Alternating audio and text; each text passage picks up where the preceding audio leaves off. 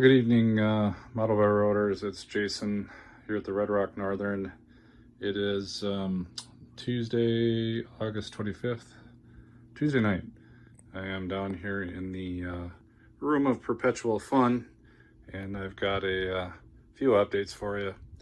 I just realized after I recorded the last update video, I forgot one small detail that I had actually put up or started putting up the retaining wall here coming out of the Red Rock tunnel. So this used to look like that over there. That's unfinished. That's a retaining wall, but don't have the stone or brickwork on it. So over here we've got now a retaining wall that goes through all the way through Red Rock up to the tunnel and the yard leads leading out of Red Rock westbound. So these aren't quite finished yet.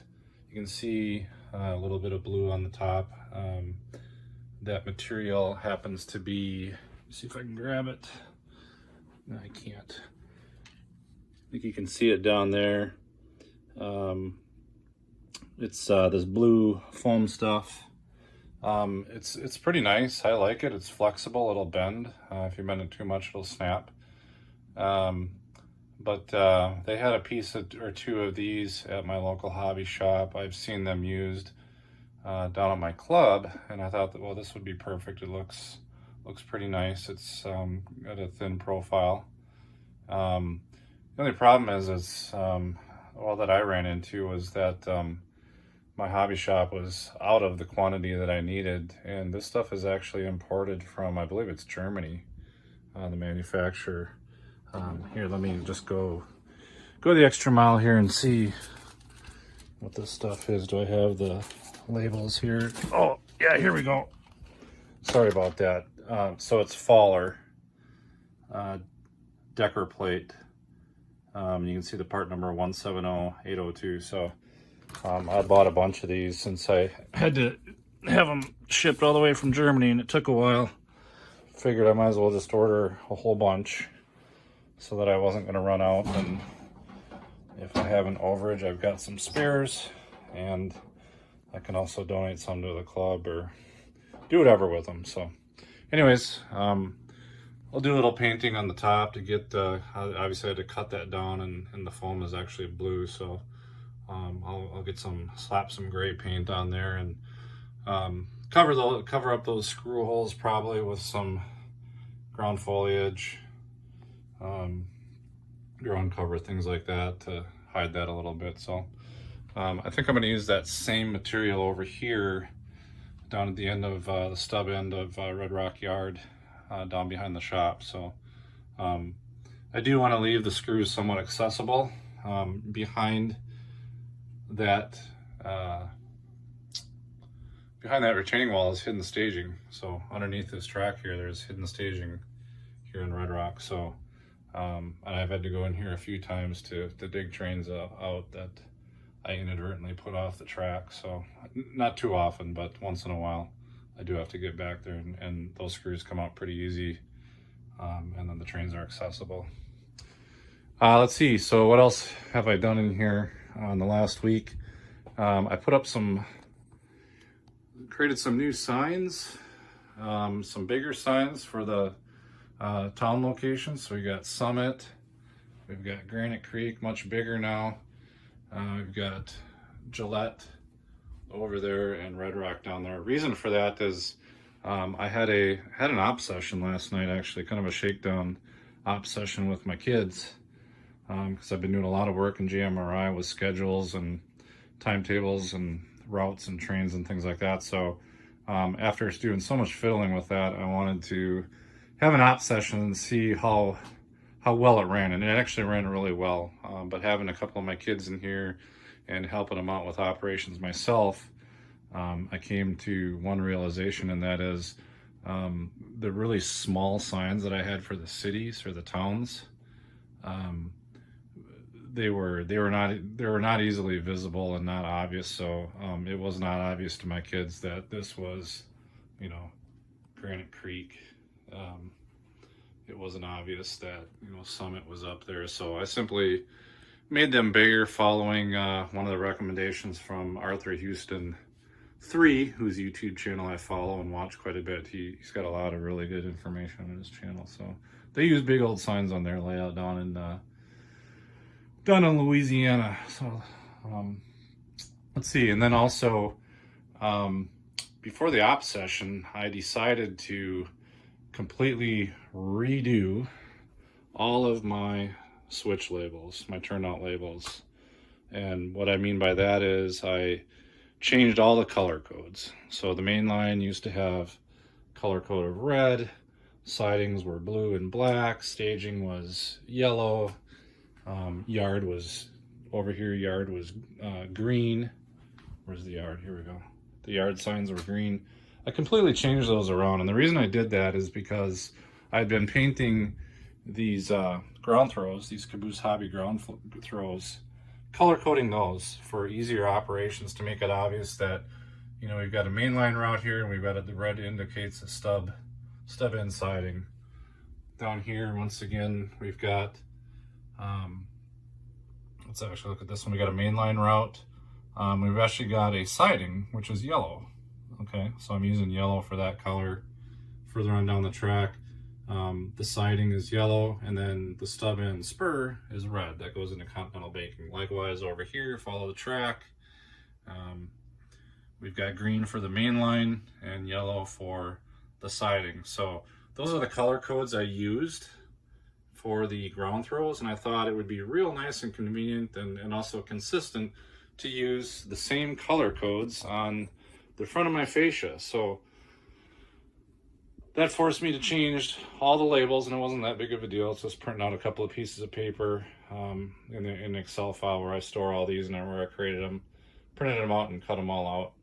And so now the mainline switches are green, and that matches the green color on the ground throws. Likewise, siding color is indicated by yellow. Okay? Spurs are indicated by red. You can see the freight spur there, the switch for that. Over here we can see, you know, more spurs for Prairie Co-op. I did have one little bit of a conundrum over here in Granite Creek. I've actually got two sidings. And I didn't want to make it too confusing and color code both the sidings for yellow, or else you know, guest operators might not know which switch here is for which siding. So as you can see, I labeled this particular switch here yellow is for the south siding, and then for the north siding I went with black. And the reason for the black is we've got that north siding actually leads to around the back here behind the passenger station and the freight house. It leads to the refinery. Okay, so did that all around the layout, and I can sleep much better now. I think it's more obvious, and the big thing is it's consistent. It's consistent. The labeling on the fascia is consistent with the color coding on the Caboose Hobbies ground throws. So I like that a lot better. Let's see, today I went to the big box store, and one thing I realized, and I've seen this in previous op sessions that I had last year, my kids were constantly looking for, as they were bouncing around to different areas on the layout, running their trains, you know, they had their clipboards, you know, those were great, the holders for them, but they were constantly looking for their pencils and their, you know, their skewers to uncouple the trains. And all of them had been kind of sitting over here. And I've talked about this in a previous video, that I wanted to figure out a way to create a holder that was nice, tight, and compact and convenient for pencils and skewers and whatever else, straws. And once again, I was watching one of Arthur Houston 3's videos, YouTube videos, actually last night. He was, a couple years ago, he was visiting at another layout, and they were having an op session, and I caught a glimpse of, on their fascia, they were using PVC tubes to hold their pencils and skewers and so forth. And I thought, well, that's a simple really cost-effective idea. You can see I actually used PVC for my coffee cup and soda can holders there as well. So PVC actually is very functional for modeling in the layout room, and it worked out great here. So we can hold the Burlington Northern pencils, we can hold the wooden skewers, and I also have made them so that I've got these shorter metal uncouplers, and they sit way down in there, so they're kind of short. So you can either take your finger and dig them down in there, but if you can't do that, all you gotta do is made it so you can flip it up and the skewer drops right out. You're supposed to catch it, but I was holding the camera and I couldn't. So these swivel, and they turned out well. So it's just the pipe is PVC is 1 inch, and I got a cap on the bottom. This PVC length here is actually 4 inches with a cap on the bottom, and then a 1 inch coupler on the top. And the reason that I put the coupler on the top is when I cut the PVC tube, it leaves some pretty rough edges and it looks fairly unfinished. When you put a coupler on top of there, it's nice and smooth. We're not going to cut ourselves, and it looks like it has a nice finish there. And again, that video, these are exactly like what I saw in that Arthur Houston 3 video last night. So that's, kudos to him and that layout. I forget the name of it that he was visiting that used these. So this works out well. So I created 4 of them. I just put 2 of them there, 1 over here. I have 3 cup holders, and I made 4 of them. So I attached 1 to each cup holder, and on this side we've got 2. Okay. Another new item. This is in the category of purchases. Turn the layout on. I've seen snow plows and for layouts, and this being not a very big layout, I've seen them at swap markets and in the hobby shop, and I thought, well, they're kind of interesting, but I just don't really have the room for them.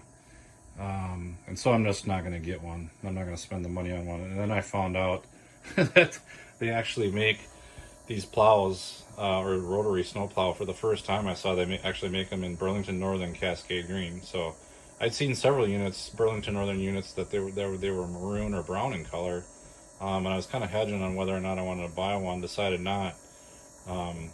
But since now I found out they made them in Cascade Green, and that's kind of, the color that I've got around my layout. This is for the most part a Burlington Northern layout. I thought, well, I gotta have that. And this was on an eBay auction, and the guy actually, I was watching the auction, and as soon as he saw that I watched it, he sent me a $10 off deal, and I jumped right at it. So I thought, I gotta get this. So received it a couple days later. I think I got it on Saturday, and put it on the layout. It looks great. It's brand new. The only negative thing that I found out, and there was an easy fix, is that after I had it on the layout for about 10-15 minutes, you can see the rotary plows going on the front. It developed the most blood-curdling, horrible squeal that I've ever heard in my life. And I have heard similar sounds come out of lifelike locomotives that have been sitting on the shelf, and the gears get dry, and what it is it's the motor typically.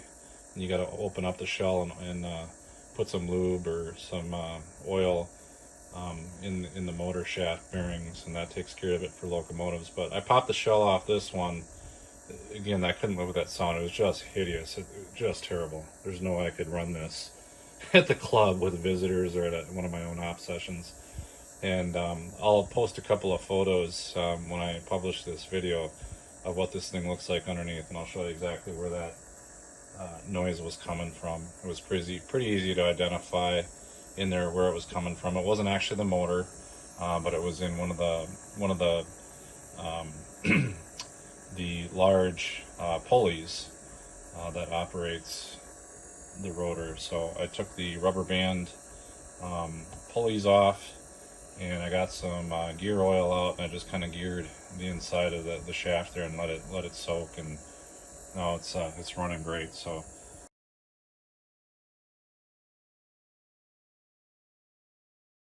love this little thing. Ran it around the layout for a while over the weekend.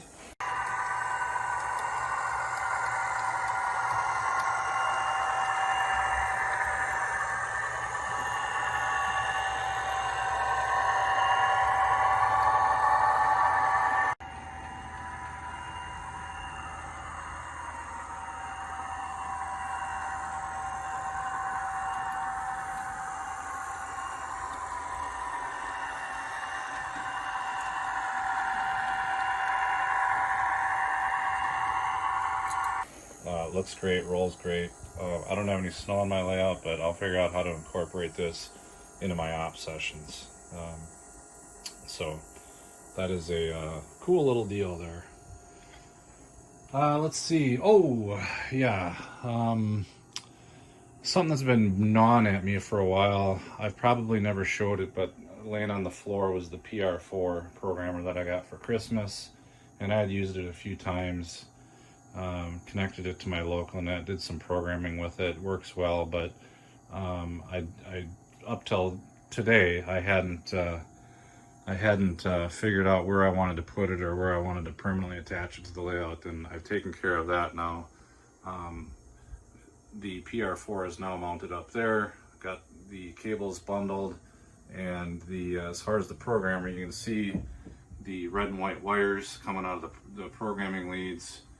They actually travel down behind the layout, and they are I tied them into these two posts for the throttle pocket. And so when it comes time to program a locomotive, I just take my programming and utility track that I had been using previously. In the past, I just hooked this up to the DCS 100 command station, but now that I got a programmer, and the PR4, by the way, is a much faster programmer than the PR3, and it's faster than the command station, the DCS 100. So if I want to do some programming, I just bring down my programming track here and just take these alligator clips and clip them right on to those leads there. And now the programming track is actually live to the PR4. One thing I wanted to be very cautious about is these bolts that I'm using are the same exact bolts that I've used around the layout room to hold the clipboards. Okay. So when I have visitors over, or when I have my kids down here, I want to make sure that people didn't try to use these terminal posts over here as clipboard holders, because that will actually short the layout, and it just kind of ruins the operating session fun. So what I did there was just kind of really simple. I've got the screws for these posts in quite a bit. You can't actually hang the clipboard on there, even if you tried, because there's no room. Number one, there's no room in the throttle pocket here. You'd have to really try hard to try to hang it there. But two, there's no gap to hang the clipboard there. So I thought that functionally will prevent anyone from trying to hang a clipboard on those. And aside from that, these look functionally different than these posts that are purpose made and built to hold clipboards. So I also applied that same technique over here. So I've had for a little over a year this tidy track cleaner, and once in a while I have to bring it down to clean locomotives, and every time I do, I got to figure out where I'm going to tie it into. It's tough to tie these clips onto track on the layout because the track is painted and you don't really get a good connection. The other thing is these alligator clips will scratch the painting off the rails, the weathering, and I don't want to do that. So for a while I had been clipping these leads onto some unpainted rails on this bridge up here, and that was just a sloppy way of doing things, and I was gonna eventually break something in the process of doing that, the bridge, or knock buildings and trucks down or whatever. So I knew I needed a more permanent solution. So I did the same thing I actually built this one first. I put those, I dropped leads into the DCC bus, the LocalNet bus, and put those leads on the back of these terminals here. So now I can take my tidy track with the alligator clips and put them right on there. And just like for the programming track, we can use that same connectivity method for the tidy track. The only difference over here being these are DCC leads, so literally rail A, rail B, whereas over here those posts go to the PR4 programmer. You know, we're not going to be able to run trains on that, so it wouldn't do any good to connect the tidy track alligator clips to the programming terminals, and likewise it wouldn't do us very good to connect the utility track over on the these DCC posts. There's no practical reason to do that. So that's that. I think that is about it in the layout room. This video is now 20 minutes, so I'm gonna go ahead and call her quits. Thanks for following the channel if you're following, and thanks for all the positive comments. Everyone take care. See ya.